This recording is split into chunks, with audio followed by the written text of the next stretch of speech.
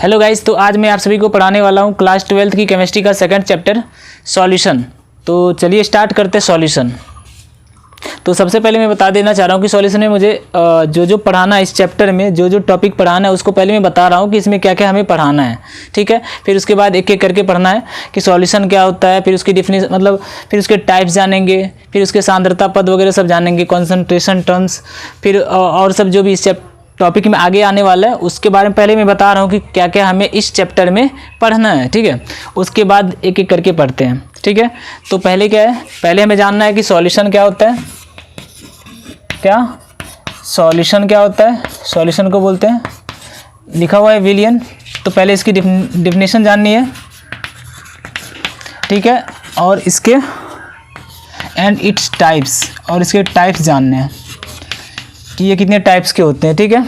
फिर दूसरा हमें जानना है इसके बाद सॉल्यूशन के कॉन्सेंट्रेशन टर्म्स, मतलब सांद्रता पद, विलियन के सांद्रता पद के बारे में जानना है, विलियन की सांद्रता पद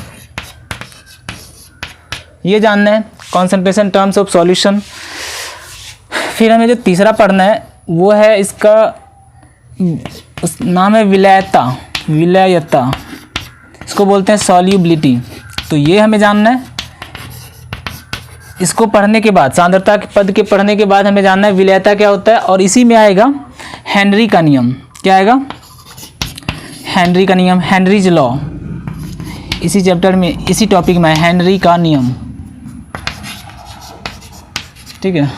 फिर इसके बाद हमें पढ़ना है, इसके बाद मुझे पढ़ना है क्या कहते हैं, वाष्प दाब, वेपर प्रेशर। इसके बाद क्या पढ़ना है? वाष्प दाब, वेपर प्रेशर, वेपर शॉर्ट में लिख देते वेपर प्रेशर, ठीक है। और इसी में, जैसे इसमें था सॉल्युबिलिटी में पढ़ने के लिए हेनरी का नियम, तो इसमें हेनरी का नियम भी पढ़ेंगे और उसका अनुप्रयोग भी पढ़ेंगे, एप्लीकेशंस ऑफ हेनरीज लॉ। फिर उसके बाद वाष्प दाब, है ना, वाष्प दाब में, और वाष्प दाब जैसे इसमें हेनरी का नियम है, इसमें पढ़ने के लिए वाष्प दाब वाले में राउल्ट का नियम, राउल्ट का नियम ये पढ़ेंगे। फिर उसके बाद नेक्स्ट जो आएगा हमारा टॉपिक वो इस चैप्टर में रहेगा पांचवा, जो कि इस चैप्टर का सबसे ज़्यादा इम्पॉर्टेंट टॉपिक है, वो है कॉलीगेटिव प्रॉपर्टी, कॉलीगेटिव प्रॉपर्टी। इसको बोलते हैं अनुसंख्यक गुणधर्म।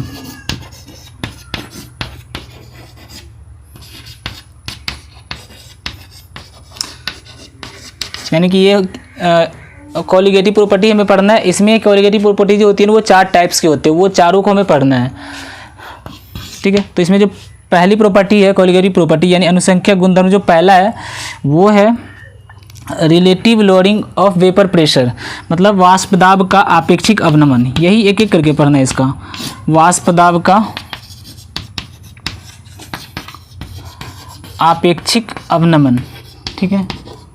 दूसरा जो हमें पढ़ना है इसको बोलते हैं relative loading of vapour pressure. दूसरा हमें पढ़ना है इसी में एलिवेशन ऑफ बॉइलिंग पॉइंट, यानी क्वथनांक का उन्नयन। यानी कि अनुसंख्यक गुणधर्म कॉलीगेटिव प्रॉपर्टी कितने टाइप्स के होते हैं? चार टाइप्स के। उन्नयन। फिर तीसरा जो हमें पढ़ना है वो रहेगा, वो है डिप्रेशन ऑफ फ्रीजिंग पॉइंट। इसको बोलते हैं हिमांक का अवनमन, हिमांक का अवनमन, ठीक है। और जो चौथा है लास्ट इस कॉलीगेटिव प्रॉपर्टी का वो है ये ऑस्मोटिक प्रेशर। इसको बोलते हैं परासरण दाब, ऑस्मोटिक प्रेशर। इसमें ऑस्मोसिस एंड ऑस्मोटिक आएगा। तो ये चार कॉलीगेटिव प्रॉपर्टी होती है, चार कॉलीगेटिव प्रॉपर्टीज है, उसमें से ये इन चारों को हमें पढ़ना है, ठीक है। उसके बाद जो लास्ट इस चैप्टर में जो लास्ट टॉपिक है वो रहेगा went of factor, went of factor. तो ये है हमारा इस चैप्टर का पूरा टॉपिक, क्या क्या हमें पढ़ना है इस चैप्टर में। तो पहले जानना है सॉल्यूशन क्या होता है ना, फिर उसके टाइप्स जानना है, इसके कंपोनेंट वगैरह सब जानना है, फिर इसकी सांद्रता पद जानेंगे, और इस सांद्रता पद में भी 6-7-8 टर्म्स है तो उसे पढ़ना है। फिर उसके बाद विलेयता जानना है, फिर उसके हेनरी का नियम आएगा इसी में। वाष्प दाब जानना है, वेपर प्रेशर क्या होता है, फिर उसी में उसी से रिलेटेड राउल्ट का नियम भी है तो वो जानना है। उसके बाद हम जो नेक्स्ट है जो ये रहेगा कोलिगेटिव प्रॉपर्टी। ये 4 होते हैं। कोलिगेटिव प्रॉपर्टी क्या होती है, जो विलय के कणों की संख्या पे निर्भर करता है, जो विलयन, ठीक है। तो ये चारों को एक एक करके पढ़ना है। फिर उसके बाद लास्ट जो हमारा रहेगा वो रहेगा वेंट ऑफ फैक्टर। तो चलिए मैं इन सबको मिटा रहा हूँ पहले।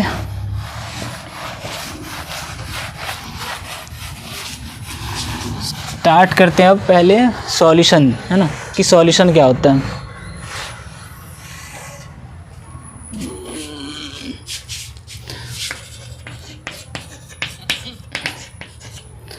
सॉल्यूशन होता है, जैसे आप लोगों ने पढ़ा होगा मिश्रण, पढ़ा है ना मिश्रण। मिश्रण क्या होता है, जब 2 या 2 से अधिक पदार्थ को मिलाया जाता है तब जो नया पदार्थ बनता है उसको क्या बोलते हैं, मिश्रण। 2 या 2 से अधिक पदार्थ को मिलाने पर जो नया पदार्थ बनता है उसे क्या कहते हैं, मिश्रण, मिक्सचर, है ना।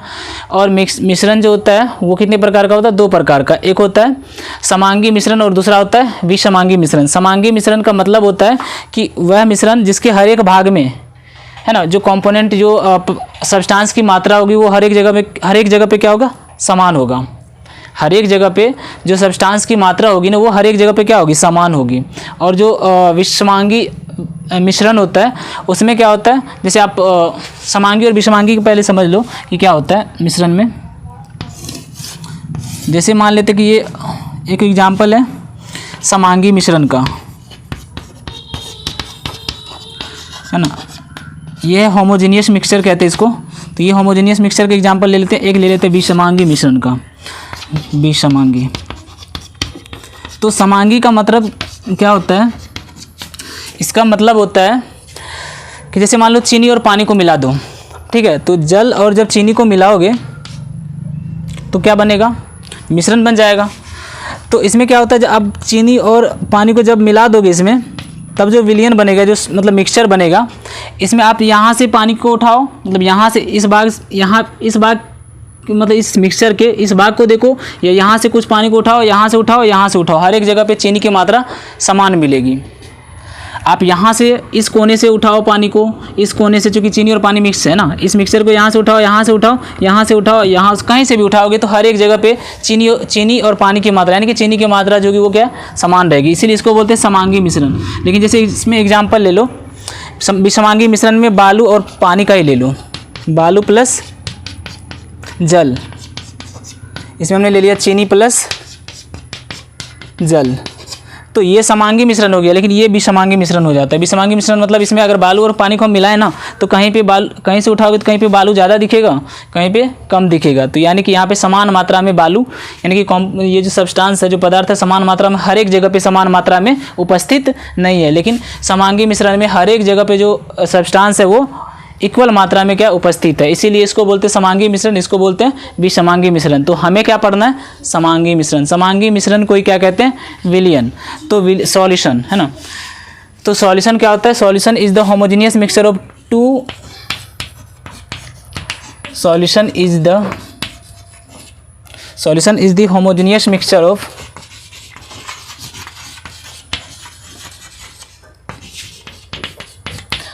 homogeneous mixture of 2 or more than 2 substance, 2 or more than 2 substance। इसको क्या कहते हैं, सॉल्यूशन, ठीक है। तो solution is the homogeneous mixture of 2 और मोर देन 2 सब्सटेंस, मतलब जो विलयन होता है वो 2 या 2 से अधिक पदार्थों का क्या होता है, समांगी मिश्रण होता है। तो इसको हिंदी में भी लिख दे रहे हैं कि विलयन 2 या 2 से अधिक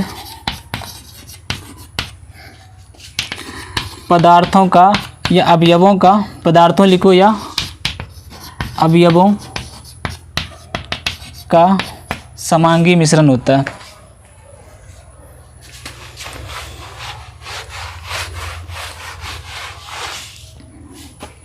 दो या दो से अधिक पदार्थों के समांगी मिश्रण को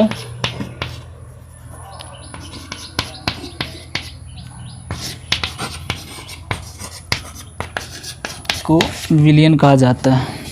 क्या कहा जाता है? विलयन। इसे आप समान या सरल भौतिक विधि द्वारा अलग नहीं कर सकते। जब एक बार सॉल्यूशन बन गया तो फिर उसे आप सरल भौतिक विधि द्वारा अलग नहीं कर सकते हो। सिंपल फिल्ट्रेशन मेथड कि with the help of simple filtration method आप सॉल्यूशन में से जो पार्टिकल्स है ना, जो भी पार्टिकल्स जो मिल करके जो सॉल्यूशन बना है, तो उसको आप सामान्य भौतिक विधि द्वारा अलग नहीं कर सकते हो। जैसे चीनी और पानी को एक बार मिला दिया, अब उसके बाद चाहो कि आप चीनी को अलग कर लो, पानी को अलग कर दो, तो नॉर्मली आप फिल्ट्रेशन से छान मान के अलग नहीं कर सकते हो। तो समांगी मिश्रण यही है विलयन, कि दो या दो से अधिक पदार्थों या अवयवों के समांगी मिश्रण को क्या कहते हैं? विलयन कहा जाता है। ठीक है। विलयन जो मुख्यतः दो चीज़ों से मिलकर के बना होता है, एक तो सॉलिड और दूसरा सॉल्वेंट। विलय और विलायक से, उसे कंपोनेंट कहते हैं। तो यहाँ पर हम लिख रहे हैं पहले कि विलयन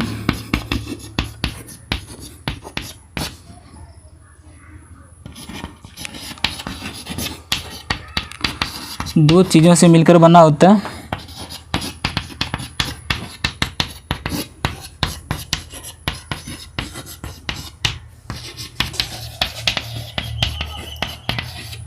या बोल सकते हो कि दो घटक से मिलकर के बना होता है विलयन। कितने घटक से? दो घटक से मिलकर के बना होता है। एक होता है विलय, है ना, विलयन, यहाँ पर हम डायरेक्ट लिख देते हैं। विलयन दो कंपोनेंट से मिलकर के बना होता है, एक होता है विलय और दूसरा होता है विलायक। क्या होता है? विलायक। इसको बोलते हैं सॉल्यूट और इसको बोलते हैं सॉल्वेंट, है ना। तो सॉल्यूशन और ये क्या है? कंपोनेंट है। तो सॉल्यूशन मुख्यतः कितने कंपोनेंट से बने होते हैं? दो कंपोनेंट से मिलकर के बने होते हैं, एक सॉल्यूट से और एक सॉल्वेंट से। ठीक है। अब सॉल्यूट किसे कहते हैं और सॉल्वेंट किसे कहते हैं? तो विलयन में जो अधिक मात्रा में उपस्थित होगा उसे सॉल्वेंट कहेंगे, और जो कम मात्रा में उपस्थित होगा उसे सॉल्यूट बोलेंगे। ठीक है। विलयन में जो पदार्थ, जो सब्सटेंस, जो अवयव अधिक मात्रा में उपस्थित होगा उसे क्या कहेंगे? विलायक कहेंगे, और जो पदार्थ कम मात्रा में उपस्थित होता है उसे क्या कहते हैं? विलय कहते हैं। मतलब लार्ज अमाउंट में अगर ये होगा, एक्सेस अमाउंट में प्रेजेंट होता है सॉल्यूशन में सॉल्वेंट, और ये जो होता है ये लिटिल अमाउंट में प्रेजेंट होता है सॉल्यूशन में, इसलिए इसको बोलते हैं सॉलिड, इसको बोलते हैं सॉल्वेंट। या आप इसको ऐसे बोल सकते हो, घुलाने वाले को सॉल्वेंट कहा जाता है और घुलने वाले को सॉलिड कहते हैं। तो यहाँ पे मैं लिख दे रहा हूँ पहले कि विलायक क्या होता है? विलायक होता है, चलो डायरेक्ट पॉइंट बना के लिख देते हैं कि विलयन में जो पदार्थ अधिक मात्रा में उपस्थित हो, जो पदार्थ या जो अवयव अधिक मात्रा में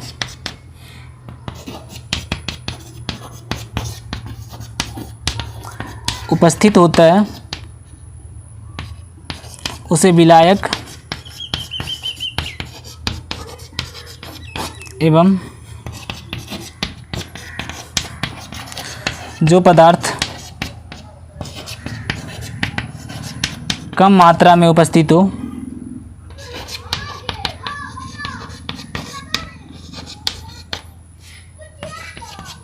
उसे विलय कहा जाता है।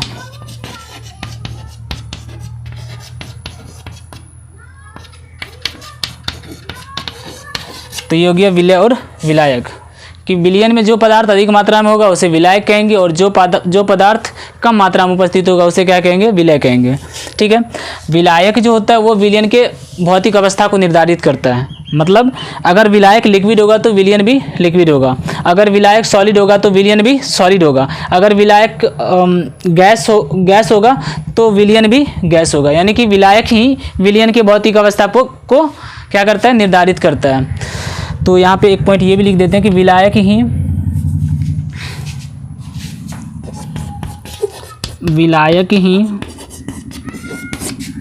ही विलयन की भौतिक अवस्था को निर्धारित करता है।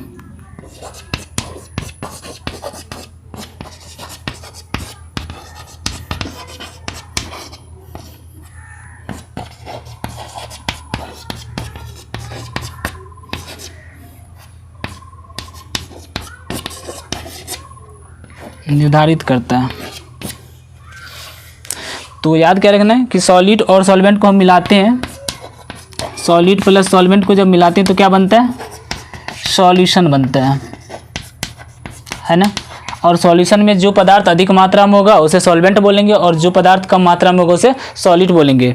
और सॉल्वेंट ही सॉल्यूशन के फिजिकल स्टेट को क्या करता है, निर्धारित करता है। कि अगर सॉल्वेंट लिक्विड होगा तो याद रखनी है बात, ये याद रखनी है कि सॉल्वेंट अगर लिक्विड होगा तो पक्का सॉल्यूशन भी, अगर आप देख रहे हो कि सॉल्यूशन लिक्विड है तो आप पक्का बोलोगे, पक्का आप देख करके बोल सकते हो कि यहाँ पे सॉल्वेंट जो होगा क्या होगा, लिक्विड होगा।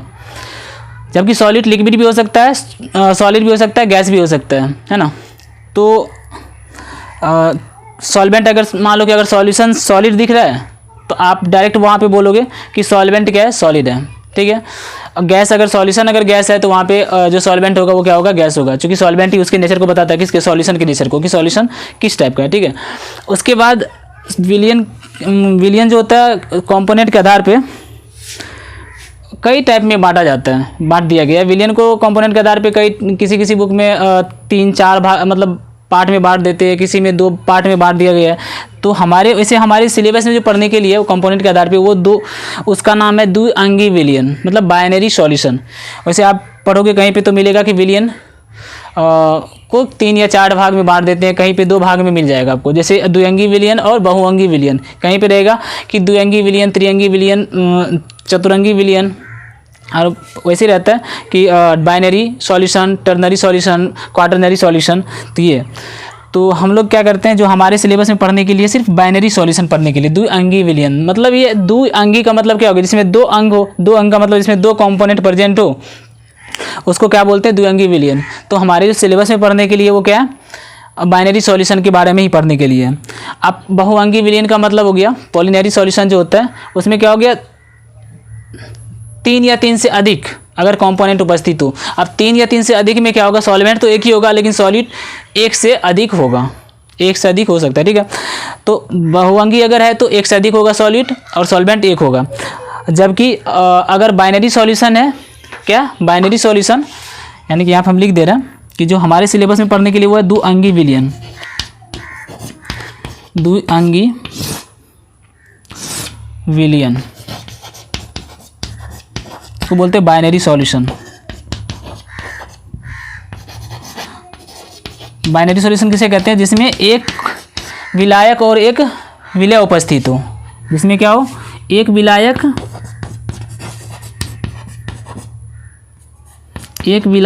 और एक विलय, 1 सॉलिड और 1 सॉल्वेंट उपस्थित हो तो उसे क्या बोलेंगे, उसे बोलेंगे द्विअंगी विलियन, बाइनरी सॉल्यूशन। जैसे एग्जांपल के लिए ले लो इसमें कि शुगर प्लस वाटर, तो इसमें क्या है, एक सॉलिड है एक सॉल्वेंट है। NaCl plus water, glucose plus water, तो इसमें क्या है, एक सॉलिड एक सॉल्वेंट, तो जिसमें 2 कंपोनेंट उपस्थित तो उसे क्या कहते हैं, द्विअंगी विलियन। तो ये हमारा इसका इंट्रोडक्शन हो गया। अब हमें पढ़ना है सॉल्यूशन के टाइप्स, वो भी विलय या विलायक की भौतिक अवस्था के आधार पर, विलय या विलायक की भौतिक अवस्था के आधार पर विलियन कितने प्रकार के होते हैं वो जानेंगे, ठीक है।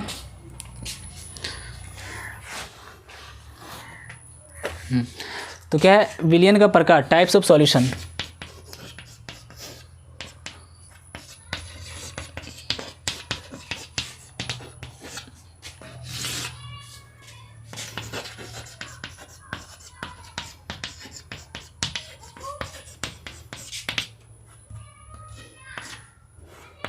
विलियन का प्रकार,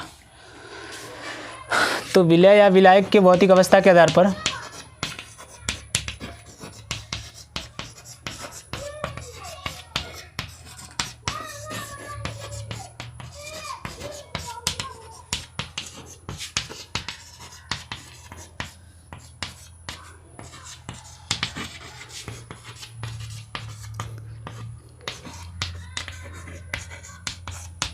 विलय या विलायक की भौतिक अवस्था के आधार पर विलियन के प्रकार, है ना। तो विलय या विलायक के भौतिक अवस्था के आधार पर विलियन के जो प्रकार है उसमें देखो मैं यहाँ पे इसका एक चार्ट बना रहा हूँ, ठीक है। उसमें अलग करते हैं, चूँकि विलय या विलायक की भौतिक अवस्था के आधार पर विलियन को बांटा गया है। एक तो हो गया गैसीय विलियन, दूसरा हो गया द्रव विलियन और तीसरा हो गया ठोस विलियन। तो तीन भाग है। अब उन तीनों को हम क्या करते हैं, उसमें अब गैसीय विलयन जैसे है तो तीनों गैसीय विलयन में क्या होगा, जो हमारा सॉल्वेंट होगा उस सब में तो गैस ही होगा, लेकिन सॉलिड तो कुछ भी हो सकता है ना, गैस भी हो सकता है, लिक्विड भी हो सकता है और सॉलिड भी हो सकता है, तभी तो उसको गैसीय विलयन ही बोलेंगे। अगर मान लो अगर हमें ठोस विलयन की बात अगर हम करें तो ठोस विलयन में क्या होगा, जो सॉल्वेंट होगा हमारा वो सारा का सारा सॉलिड ही होगा, लेकिन सॉलिड क्या हो सकता है, गैस भी हो सकता है, लिक्विड भी हो सकता है और क्या कहते हैं सॉलिड भी हो सकता है। सेम यहाँ पे अगर हम लिक्विड सॉल्यूशन की बात करें तो लिक्विड सॉल्यूशन में सॉल्वेंट तो लिक्विड होगा, लेकिन जो सॉलिड होगा वो क्या है, ठोस भी हो सकता है, द्रव भी हो सकता है और गैस भी हो सकती है। तो क्या करते हैं, पहले हम एक एक करके बना रहे हैं इसमें कि पहला जो है यहाँ पर हम लिख रहे हैं विलयन का प्रकार।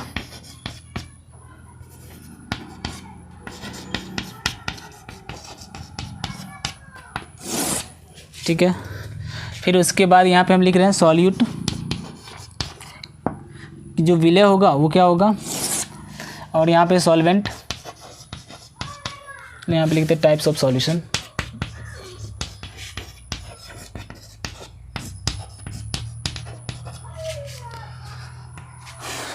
फिर इधर एग्जाम्पल,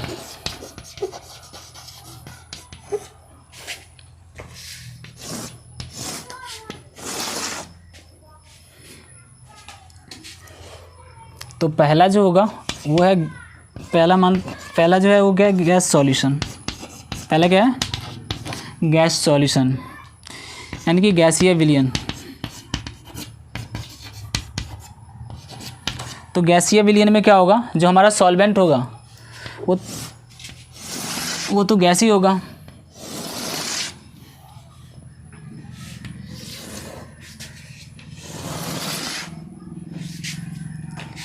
पहले लाइन की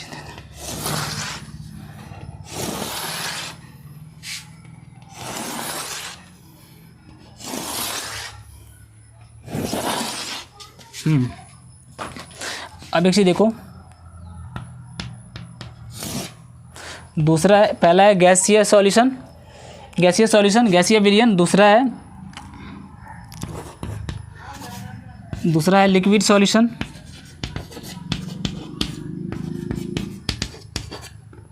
द्रव विलयन। तीसरा है सॉलिड सॉल्यूशन, है ना, क्या, ठोस विलयन।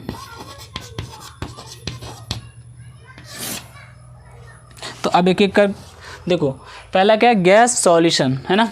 तो गैस सॉल्यूशन अभी मैंने क्या बताया था कि जो सॉल्वेंट होता है वही सॉल्यूशन के फिजिकल स्टेट को निर्धारित करता है, बताता है। तो अगर यहाँ पे सॉल्यूशन गैस है तो इसका मतलब हम बिना देखे बोलेंगे कि सॉल्वेंट क्या होगा, गैस होगा। तो यहाँ पे सॉल्वेंट तो गैस ही होगा, जबकि सॉलिड कुछ भी हो सकता है, सॉलिड कुछ भी हो सकता है, सॉलिड भी हो सकता है, लिक्विड भी हो सकता है और गैस भी हो सकती है। तो हम यहाँ पे पहले ले लेते हैं, मान लो कि सॉलिड गैस है, फिर मान लेते हैं कि लिक्विड है, फिर मान लेते हैं कि क्या है, सॉलिड है। फिर सिमिलरली इसमें बना देते हैं लिक्विड सॉल्यूशन है। तो लिक्विड सॉल्यूशन का मतलब हो गया क्या, ये जो हमारा सॉल्वेंट होगा वो क्या होगा, लिक्विड होगा। तो सॉल्वेंट तो होगा लिक्विड, लेकिन सॉलिड तो कुछ भी हो सकता है, गैस भी हो सकती है, लिक्विड भी हो सकता है और सॉलिड भी हो सकता है। ठीक है, अब अगर सॉलिड सॉल्यूशन होगा तो सॉलिड सॉल्यूशन में भी फिर सॉल्यूशन कैसा है, सॉलिड है। तो सॉलिड सॉल्यूशन के लिए जो सॉल्वेंट होगा वो क्या होगा, सॉलिड ही रहेगा। तो सॉल्वेंट तो सॉलिड होगा,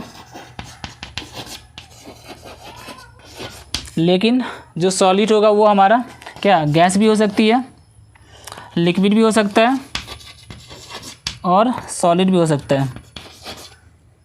तो ये अब इसका एग्जांपल जानते हैं। तो पहला क्या है, देखो, गैस इन लिक्विड, गैस मतलब सॉलिड भी गैस है और सॉल्वेंट भी गैस है। तो इसका एग्जांपल हम क्या लेंगे, नाइट्रोजन और ऑक्सीजन गैस का मिश्रण ले लो कि दोनों उसमें क्या है, गैस ही तो है। तो नाइट्रोजन N2 एवं O2 का गैस का मिश्रण, ये हो गया एग्जाम्पल, दोनों गैस है, सॉलिड भी गैस है और सॉल्वेंट भी गैस है। दूसरा क्या देखो, सॉलिड लिक्विड है और सॉल्वेंट गैस है, liquid in gas, liquid in gas. तो जो क्लोरोफॉर्म होता है ना, क्लोरोफॉर्म वो लिक्विड फॉर्म में होता है। तो हम क्या करते हैं, क्लोरोफॉर्म को नाइट्रोजन गैस के साथ क्या करते हैं, मिला देते हैं। तो क्लोरोफॉर्म किस लिए यूज करते हैं? लोगों को मूर्छित करने के लिए ना, बेहोश करने के लिए। तो क्लोरोफॉर्म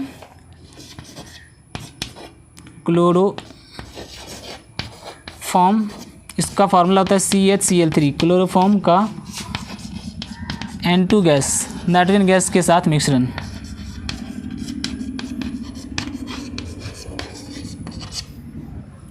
फिर तीसरा क्या है देखो, सॉलिड इन गैस, मतलब गैस तो सॉल्वेंट होगा, लेकिन सॉलिड जो होगा वो क्या होगा? सॉलिड होगा। तो सॉलिड, तो इसमें क्या है एग्जांपल? कैम्फर जो होता है ना, कपूर को नाइट्रोजन गैस में मिला दूँ तो कपूर क्या है? सॉलिड है, और नाइट्रोजन क्या है? गैस है, सॉल्वेंट है। तो हम यहाँ पे लिखते हैं कपूर का नाइट्रोजन गैस में विलयन। तो ये एग्जांपल था। अब नेक्स्ट क्या है देखो, लिक्विड सॉल्यूशन का, कि गैस इन लिक्विड, मतलब सॉल्यूट होगा गैस और सॉल्वेंट होगा लिक्विड। तो गैस इन लिक्विड में तो बहुत सारा एग्जांपल है, आप इसका ही ले लो। वाटर में ऑक्सीजन गैस घुली होती है ना, तो हम डायरेक्ट लिख सकते हैं कि जल में घुली हुई ऑक्सीजन। वाटर में ऑक्सीजन गैस घुली होती है ना, तो ये तो हो गया, गैस है सॉलिड और वाटर क्या है? सॉल्वेंट है। तो गैस इन लिक्विड, तो क्या होगा? जल में घुली हुई ऑक्सीजन, जल में घुली हुई ऑक्सीजन O2। फिर नेक्स्ट क्या है देखो, लिक्विड इन लिक्विड, मतलब कि सॉल्यूट भी लिक्विड और सॉल्वेंट भी लिक्विड। तो इसका एग्जांपल ले लेते हैं कि इथाइल अल्कोहल को क्या कहते हैं? वाटर में घुला दो, इथाइल अल्कोहल को वाटर में मिला दो, तो इथाइल अल्कोहल भी क्या है?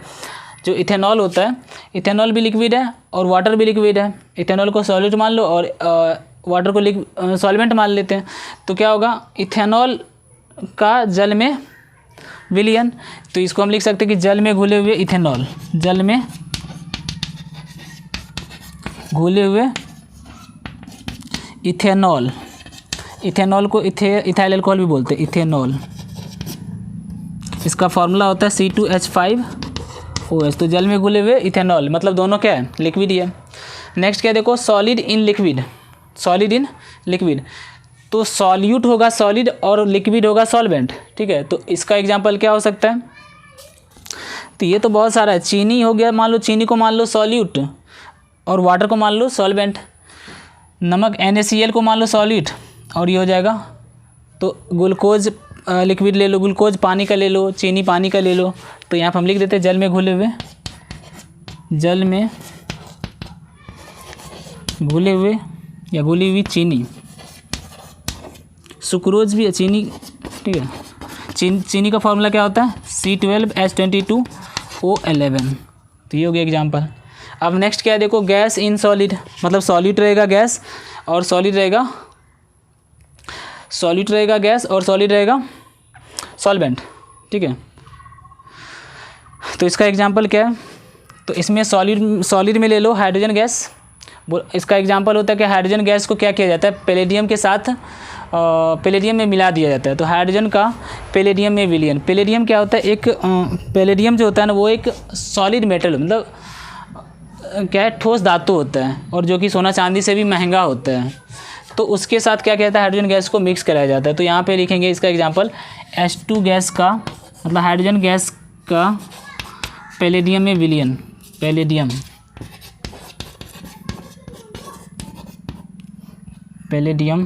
इसका फॉर्मूला PD, पैलेडियम में विलयन।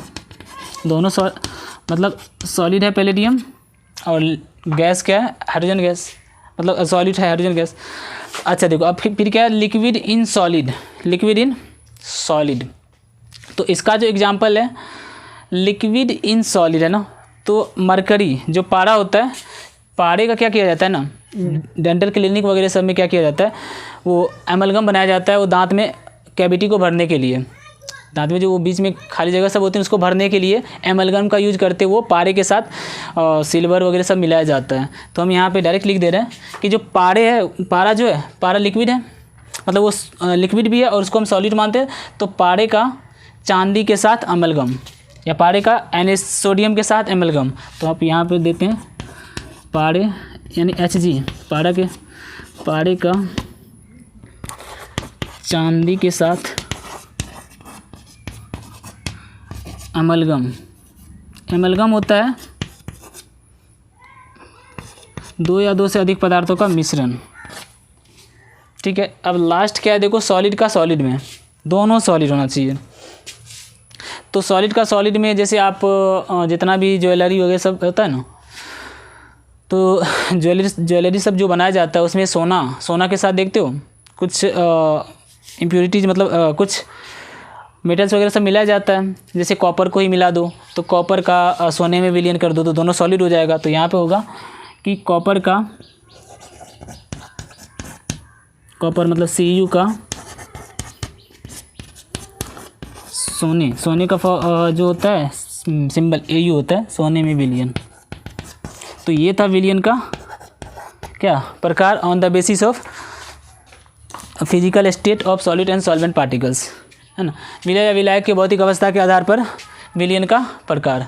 अब नेक्स्ट क्या है, नेक्स्ट हमारा है विलियन का सांद्रता पद। तो चलिए देखते हैं विलियन का सांद्रता पद।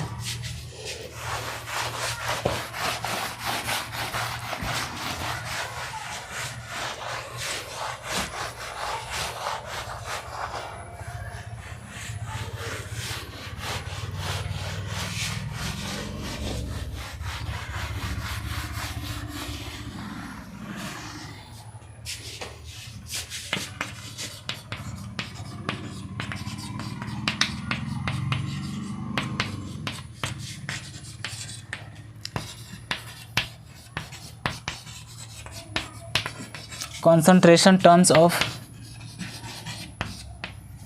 related to solution,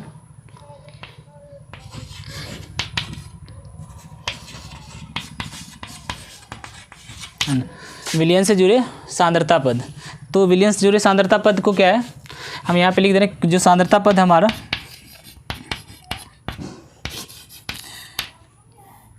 विलियन की सांद्रता पद है ना। तो जो सांद्रता पद है इसको क्या किया है,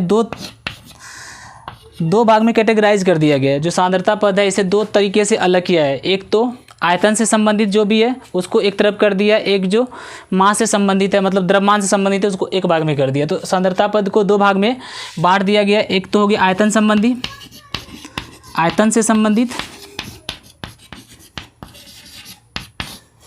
और दूसरा है द्रव्यमान से संबंधित।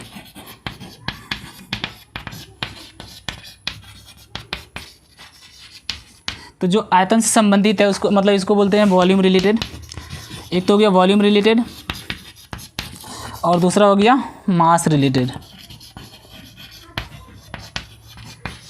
ठीक है, तो जो वॉल्यूम से रिलेटेड होता है ना वो टेम्परेचर पे डिपेंड करता है, और जो द्रव्यमान से रिलेटेड होता है वो टेम्परेचर पे डिपेंड नहीं करता। इसीलिए इसको दो कैटेगराइज में कर दिया है।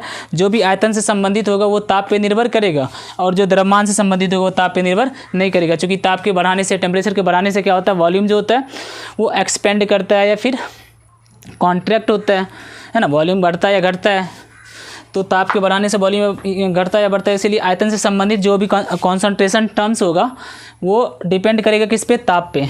तो ये क्या है, टेम्परेचर डिपेंडेंट होता है। क्या होता है, टेम्परेचर डिपेंडेंट, टेम्परेचर डिपेंडेंट, ताप पर निर्भर करता है ये। जबकि ये टेम्परेचर से इंडिपेंडेंट होते थे। यहाँ पे हम लिख रहे हैं टेम्परेचर